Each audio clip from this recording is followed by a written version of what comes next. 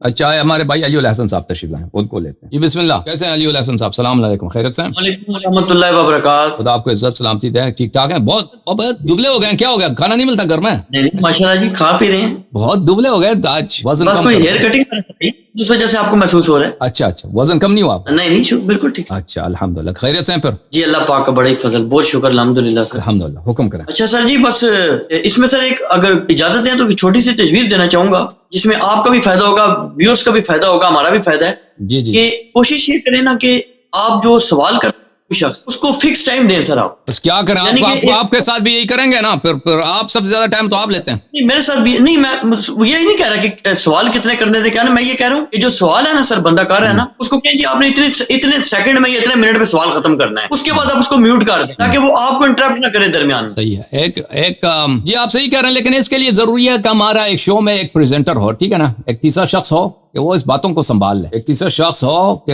یعنی ہوسٹ میزبان، کہ وہ بھائی کہہ دے کہ لہری جواب دے دو، پھر اس سے کہہ دے کہ بھائی تم خاموش ہو، ٹھیک ہے نا، آپ کا سوال کیا ہے، فون کالز وہ لے لے، میں ادھر بیٹھا رہوں، اس طرح کا ایک تیسرا شخص ہو، یہ بہتر رہے گا اس طرح، کیونکہ مجھ سے سب یہ ٹائم کیپ کرنا وہ بھی اس میں دھیان میرا نہیں رہتا اس میں، پھر میں اس کو بہرحال اگر ہوسٹ ہو تو اس کے فرائض میں یہ بہتر ہوگا، انشاءاللہ کوئی ہوسٹ ڈھونڈ لیں گے، آپ ہوسٹ بن جائیں نا ہمارا۔ سر حاضر ہیں آپ کو؟ بسم اللہ، اوکے جناب۔